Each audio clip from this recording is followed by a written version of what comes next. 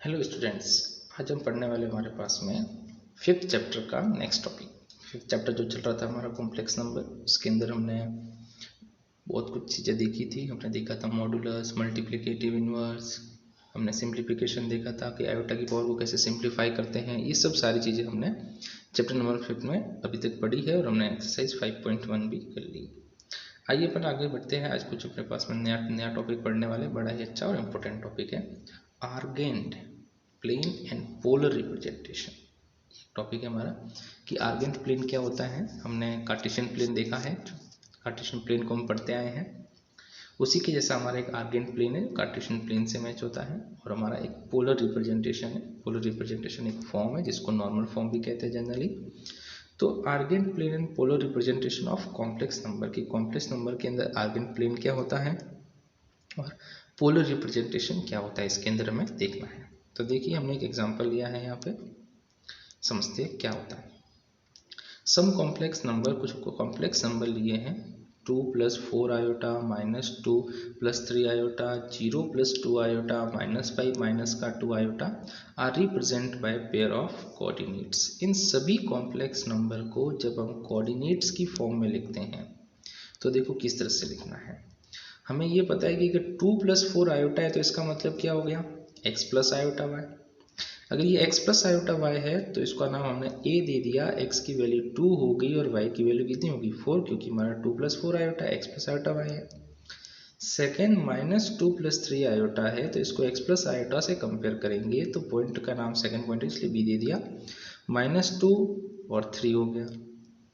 Next हमारे पास में 0 + 2 आयोटा है तो इसको जब हम x + आयोटा y से कंपेयर करेंगे तो नेक्स्ट पॉइंट c आ गया, जिसमें x की वैल्यू 0 और y की वैल्यू कितनी है 2। एक और हमारे पास में था -5 - 2 आयोटा, इसको x + आयोटा y से कंपेयर कर दिया, पॉइंट का नाम हमने d रख दिया। x की वैल्यू -5 होगी और y की वैल्यू कितनी होगी -2। तो हमने क्या किया कि जो भी कॉम्प्लेक्स नंबर गिवन थे उन सबको हमने कोऑर्डिनेट्स में कन्वर्ट कर लिया। ये सारे कोऑर्डिनेट्स आ गए। अब जब हमारे पास में इन कोऑर्डिनेट्स को जब हम किसी प्लेन के अंदर लिखते हैं, जो हमारा कार्टेशियन प्लेन है उसके अंदर इन कोऑर्डिनेट्स को अपन प्लॉट कर सकते हैं। तो the plane having a complex number assigned to each of its point is called complex plane और आर्गेंट प्लेन।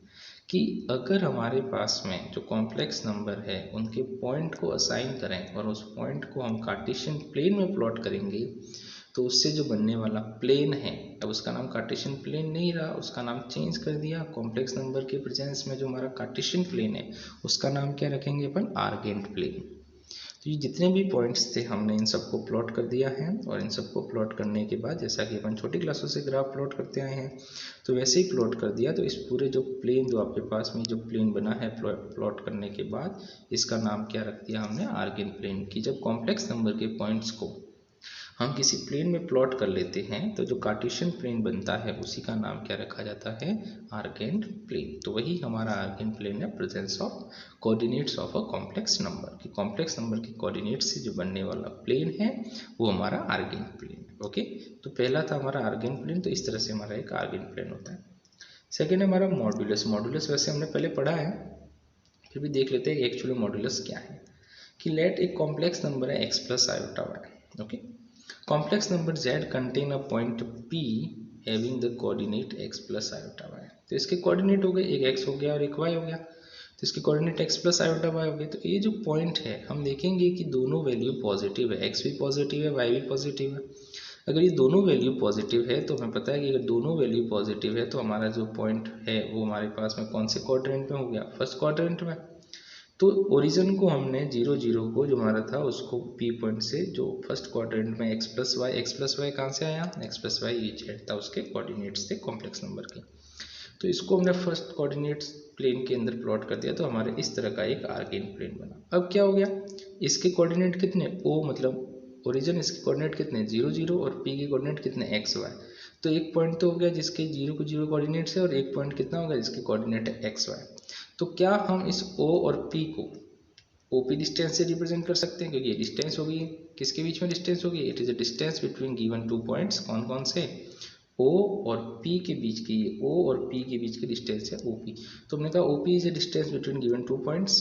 ओके, तो O तो 0 0 और P है एक्स वाई, तुमने 10th क्लास के अंदर पढ़ा था डिस्टेंस बिटवीन 2 पॉइंट्स का formula, O P is equal to कितना, root of x2 minus x1, ये x2 है और ये x1 है, x2 माइनस x1 का square plus y2 minus y1 का होल स्क्वायर, तो बचा कौन, root of x square plus y square.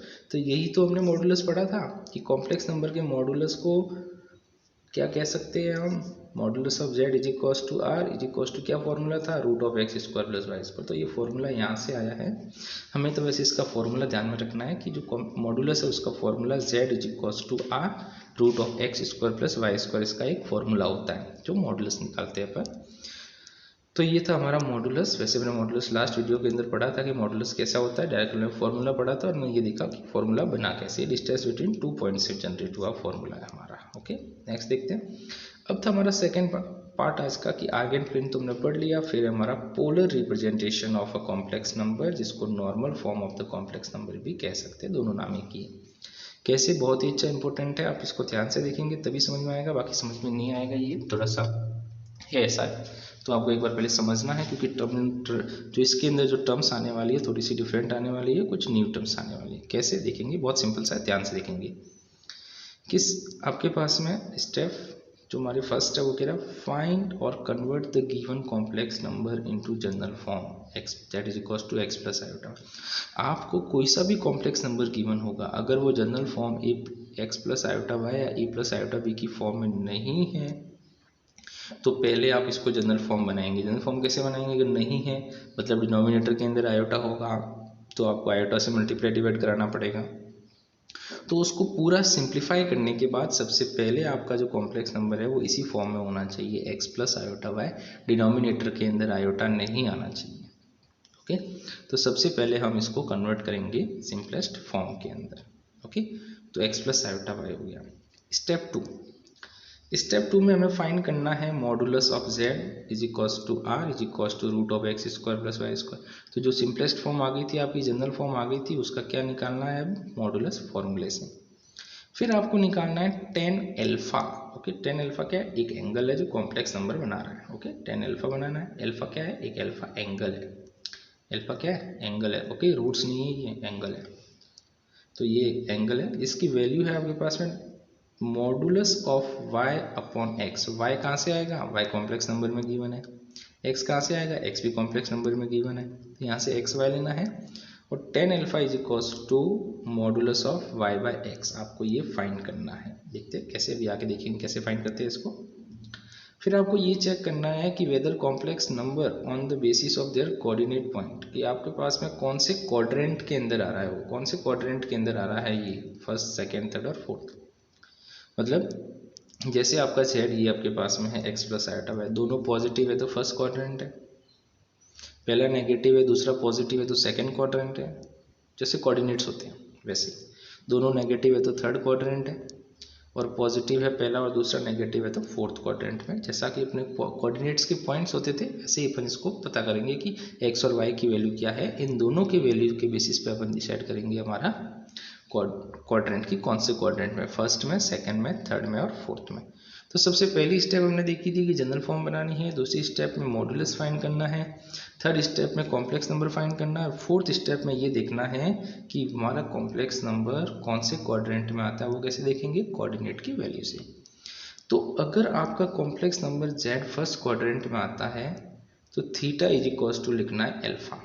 Alpha कौन सा जो ऊपर निकाला था वो वैल्यू, उसकी इक्वल में क्या लिखेंगे, थीटा। ओके, फिर अगर z आपका सेकंड क्वाड्रेंट के अंदर आता है तो थीटा इज इक्वल्स टू कितना लिखेंगे, पाई माइनस एल्फा। यहाँ पे एक पाई लिखा हुआ है, इस पाई को समझेंगे कि ये पाई क्या है।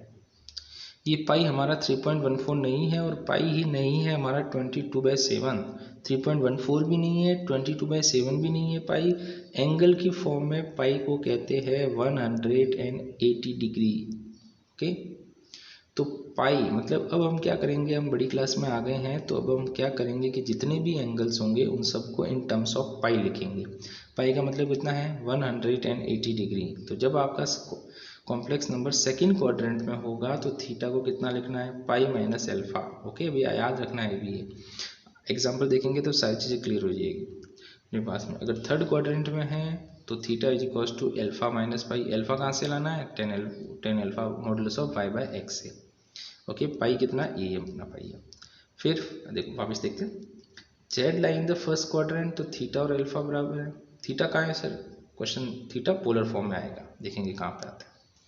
जब सेकंड क्वाड्रेंट में होगा तो theta is equals to pi minus alpha. Pi कितना है भाई, पाई हमारा 180 डिग्री, याद रखना है, एंगल में पाई 180 डिग्री होता है। Z line the third quadrant, तो थीटा इज इक्वल्स टू कितना होगा, एल्फा माइनस पाई। और जब जेड आपका फोर्थ क्वाड्रेंट में होगा तो दो तरीके से लिख सकते हैं, theta is equals to minus का एल्फा और theta is equals to 2 pi minus alpha. Fourth quadrant का मतलब आपके पास में कि x की वैल्यू तो होगी क्या, पॉजिटिव, और y की वैल्यू नेगेटिव, तो आप इसको दो तरीके से लिख सकते हैं, दोनों में से कोई सा भी लिख सकते हैं। ओके, अब इन सब चीज़ों को ध्यान में रख दिया, तो अब आती है हमारी पोलर फॉर्म। इन सब सारी चीज़ों की जरूरत कहाँ पड़ी, क्योंकि पोलर फॉर्म का जो फॉर्मूला होता है वो फॉर्मूला हमारे पास में ये होता है, z is equals to r bracket के अंदर cos theta plus iota sine theta, r modulus. Okay, और थीटा कौन सा जो हमने अभी निकाला था, फर्स्ट क्वाड्रेंट का थीटा, सेकंड क्वाड्रेंट का थीटा, थर्ड क्वाड्रेंट का थीटा। तो ये जो थीटा निकालना है, ये थीटा जो आएगा उसको यहाँ पे पुट करना है और डायरेक्ट इसी फॉर्म में आपको आंसर लिखना है कि z is equals to r cos theta plus iota sine theta है, इसी का नाम है हमारा पोलर फॉर्म। तो ऊपर जो भी 4 स्टेप फॉलो किए वो इस r को निकालने के लिए और थीटा को निकालने के लिए गई है। तो थीटा और r निकालना है और उसको निकालने के बाद इस फॉर्मूले के अंदर पुट करना है, तो ये हमारा क्या बन जाएगा, ये एक कॉम्प्लेक्स नंबर क्या बन जाएगी इसकी, एक पोलर फॉर्म या नॉर्मल फॉर्म। अब एग्जांपल देखेंगे तो सारी चीज़ें क्लियर हो जाएगी।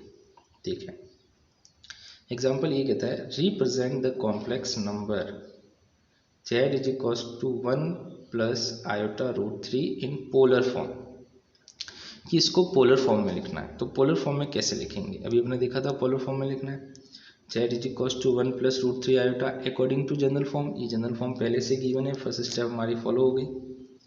सेकेंड स्टेप में हमने क्या किया, इसको x प्लस आयोटा वाई से कंपेयर करके x 1 है और y कितना है, रूट 3 है, ये x और y आ गया। सेकेंड स्टेप में हमने फाइंड किया था क्या, मॉड्यूलस। ये modulus r is equals to formula लगा दिया, वैल्यू पुट कर दी, तो हमारे पास में मॉड्यूलस कितना आ गया, 2। तो पहला जनरल फॉर्म बन गई, x और y निकल गए। फिर क्या निकल गया आपका, मॉड्यूलस। फिर हमने थर्ड स्टेप टेन एल्फा, देखो अब यहाँ से अपन टेन एल्फा सीखेंगे कि टेन एल्फा कैसे निकालना है। टेन एल्फा के लिए हमने कहा था कि modulus of y by x. Okay, तो मॉडुलस ऑफ रूट 3 बाई 1, क्योंकि अगर इसके अंदर कोई नेगेटिव वैल्यू भी होगी तो भी इसको क्या लिखना है, positive, root 3 by 1। Tan theta tan alpha is equal to कितना हो गया, रूट 3/1। तो tan alpha is equal to root 3/1 है, तो हमें पता है कि दोनों साइड अगर 10 होता तो 10 से 10 हट जाता 10 से 10। तो रूट 3 10 के अंदर किसकी वैल्यू होती है, रूट 3/1 हम किसकी जानते हैं, किसकी वैल्यू होती है, 10 60 की, 10th क्लास की ट्रिग्नोमेट्रिक टेबल। रूट 60 की वैल्यू कितनी, सॉरी 10 60 की वैल्यू कितनी, रूट 3, तो रूट 3 वैल्यू होगी। तो इस रूट 3/1 को क्या लिख दिया हमने, 10 60, जिससे हमारा 10 से 10 क्या हो जाएगा, रिमूव हो जाएगा। तो बचा क्या, बचा हमारे पास में, देखिए कैसे, तो इस 60 को अभी हमने कहा था कि पाई कितना होता है, 180, तो हम इसको 3 से डिवाइड करेंगे तो 60 बनेगा, तो इधर भी 3 से डिवाइड करेंगे तो मतलब पाई बाय 3 को क्या कर सकते हैं, 60 डिग्री। हमने अभी पहले ही बात की कि हमारे जितने भी एंगल है उन सबको किसकी फॉर्म में लिखना है, पाई की फॉर्म में लिखना है। तो हम ये करेंगे कि हमारे पास में 180/3, 3 से इसको काटेंगे, कितना बचेगा, 60 डिग्री। तो हम कह सकते हैं कि 60 डिग्री को हम क्या लिख सकते हैं, पाई बाय 3। तो 60 की जगह हमने क्या लिख दिया, पाई बाय 3। 10 से 10 रिमूव हो गया, बचा कितना, alpha is equal to pi by 3। Okay, 10 alpha निकल गया। ओके, इसके बेसिस से पाई में कन्वर्ट कर दिया। फोर्थ स्टेप हमारी थी कि हमें ये देखना है कि वो कौन से क्वाड्रेंट के अंदर आ रहा है। तो जेड आपका ये था, is equal to x plus iota y. तो हमने देखा कि x 1 है और y कितना है, y रूट 3 है। x की वैल्यू 1 है तो हमारा जो P पॉइंट है, x की वैल्यू 1 होगी और y की वैल्यू रूट 3, तो दोनों पॉजिटिव है, 1 भी पॉजिटिव है और रूट 3 भी क्या है, पॉजिटिव है। अगर ये दोनों पॉजिटिव है तो ये कौन से क्वाड्रेंट में आ गया, ये आ गया फर्स्ट क्वाड्रेंट में। तो अपन ये कह सकते हैं कि z lying the first quadrant, z first quadrant में आ गया। तो हमने देखा था कि फर्स्ट क्वाड्रेंट के अंदर थीटा और अल्फा दोनों क्या होते हैं, इक्वल होते हैं। तो जो अल्फा है पाई बाय 3 वही आपका क्या है, थीटा है। तो हमने थीटा निकाल दिया। हमने आपके पास में अल्फ़ा निकाल दिया, अल्फ़ा के बेसिस पे हमेशा थीटा निकलेंगे। और जब ये अल्फ़ा के बेसिस पे थीटा निकालते हैं ना, इस थीटा का एक नाम है, इसको कहते हैं आर्ग्यूमेंट। इसका एक स्पेशल नाम है आर्ग्यूमेंट, कि इसको आर्ग्यूमेंट कहते हैं। क्वेश्चन के अंदर आएगा कि find the argument of the given complex number, तो आपको थीटा निकालना है। थीटा निकालने के लिए पहले क्या निकालना पड़ेगा, आपको tan अल्फ़ा निकालना पड़ेगा। फिर अगर आपको थीटा निकल गया है, आपके पास में कोऑर्डिनेट के बेसिस पे हमने देख लिया कि ये फर्स्ट क्वाड्रेंट के अंदर या फर्स्ट क्वाड्रेंट के अंदर जो थीटा और अल्फा दोनों इक्वल होते हैं, हमने पहले देखा है। तो थीटा कितना आ गया, पाई बाय थ्री का मतलब कितना था, 60 डिग्री। तो फिर जब 60 डिग्री आ गया है तो हम क्या करेंगे, तो हमारी जो पोलर फॉर्म है वो कितनी हो जाएगी, z is equals to r cos theta plus iota sine theta थी। आर की वैल्यू √2, थीटा की वैल्यू cos पाई/3 प्लस आयोटा साइन पाई/3। तो यही हमारा आंसर है। अगर इसके अंदर आप पाई की वैल्यू पुट करें 60 और 60, फिर ट्रिग्नोमेट्रिक टेबल से वैल्यू पुट करके सॉल्व करें, तो आपका वही आंसर आएगा जो आपका क्वेश्चन था। ओके, तो आपके पास में इस तरह से आप इसको चेक कर सकते हैं। तो ये होगी हमारी पोलर फॉर्म। देखते हैं वन मोर एग्जाम्पल, तो इसमें थोड़ा सा और समझना है। सबसे पहले है convert the following complex number into polar form. तो हम देखेंगे कि हमारा जो कॉम्प्लेक्स नंबर है वो कितना है, -16/1 प्लस √3 आए। तो ये जनरल फॉर्म नहीं है। पहली स्टेप क्या कहती थी, जनरल फॉर्म बनानी है। जनरल फॉर्म मतलब बनानी है तो डिनोमिनेटर के अंदर आयोटा है तो उसको हटाना है, तो इसको हटा दिया। 1 माइनस आयोटा √3 से मल्टीप्लाई, 1 माइनस आयोटा √3 से डिवाइड कर दिया, इसको हटा दिया हमने। फिर उसके बाद देखेंगे आपके पास में z इज इक्वल्स टू, ये अपने पास में माइनस का 16 जो था ऊपर वाले नोमिनेटर से मल्टीप्लाई किया, इधर से मल्टीप्लाई कर दिया इसने।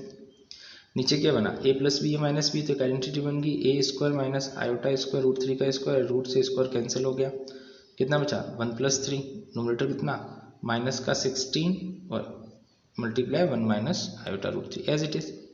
अब हमने ये देखा कि -16 1 माइनस आयोटा √3 और 1 + 3 कितना हो गया 4। अब 1 + 3 4 हो गया, तो हम क्या करेंगे 4 से 16 को काट देंगे, माइनस के 16 को 2 टाइम आपके पास में कट गया 4 टाइम्स, तो बचा कितना माइनस का 4 प्लस का 4 आयोटा √3, इसको इस तरह से लिखा।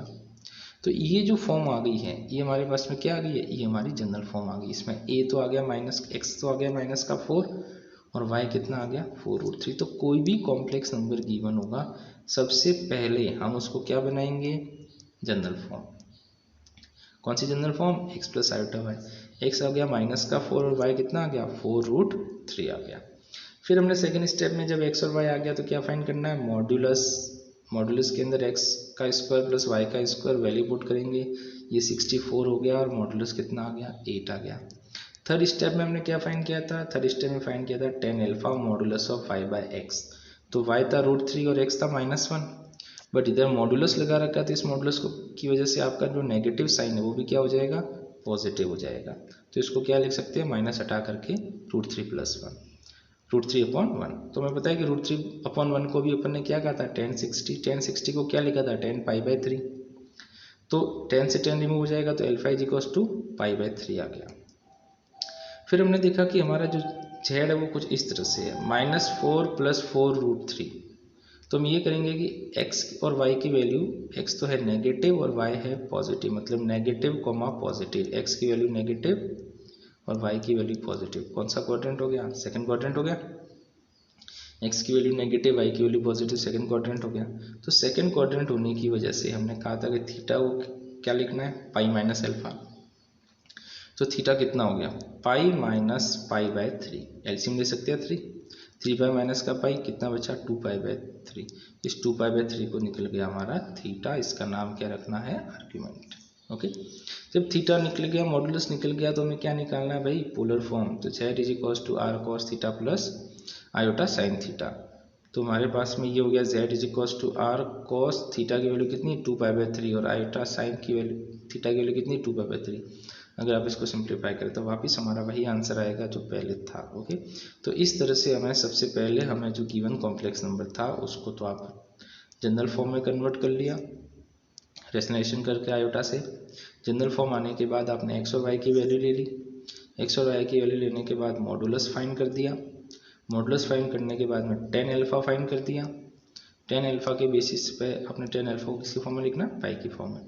tan अल्फा निकल गया। फिर कॉम्प्लेक्स नंबर की वैल्यू के बेसिस पे नेगेटिव और पॉजिटिव थी, तो हमने कहा कि अगर p पॉइंट नेगेटिव पॉजिटिव हो गया तो हमारा सेकंड क्वाड्रेंट हो गया। सेकंड क्वाड्रेंट के बेसिस पे थीटा लिख दिया पाई माइनस अल्फा। अल्फा की वैल्यू हमने ऊपर निकाली थी तो pi minus pi by 3, LCM ले लिया तो ये हो गया 2 पाई बाई 3। इस 2 पाई बाई 3 का नाम क्या था, आर्गुमेंट था।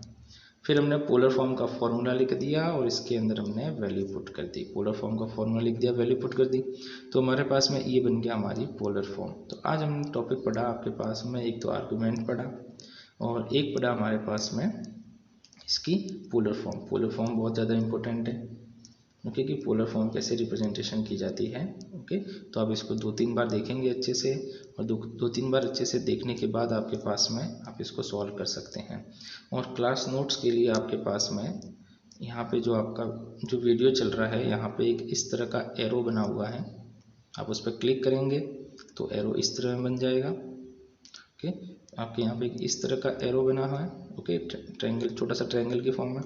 जब आप इस पर क्लिक करेंगे तो ये एरो इस तरह हो जाएगा। तो आपको नीचे डिस्क्रिप्शन के अंदर एक लिंक मिलेगा, आप उस पर क्लिक करेंगे तो आपको ये सारे जो नोट्स है, PDF फाइल है, वो आपको मिल जाएगी। ओके बेटा, तो जो बच्चे हैं जो पढ़ रहे हैं, आप उनको सबको पास में बताएं, और जिन्होंने अभी तक पास में स्टडी स्टार्ट नहीं की है वो स्टडी स्टार्ट कर लेना इसको, नहीं तो बेटा फिर एक साथ इतना सारा लोड पड़ेगा तो आप इतना पढ़ नहीं पाएंगे। ओके।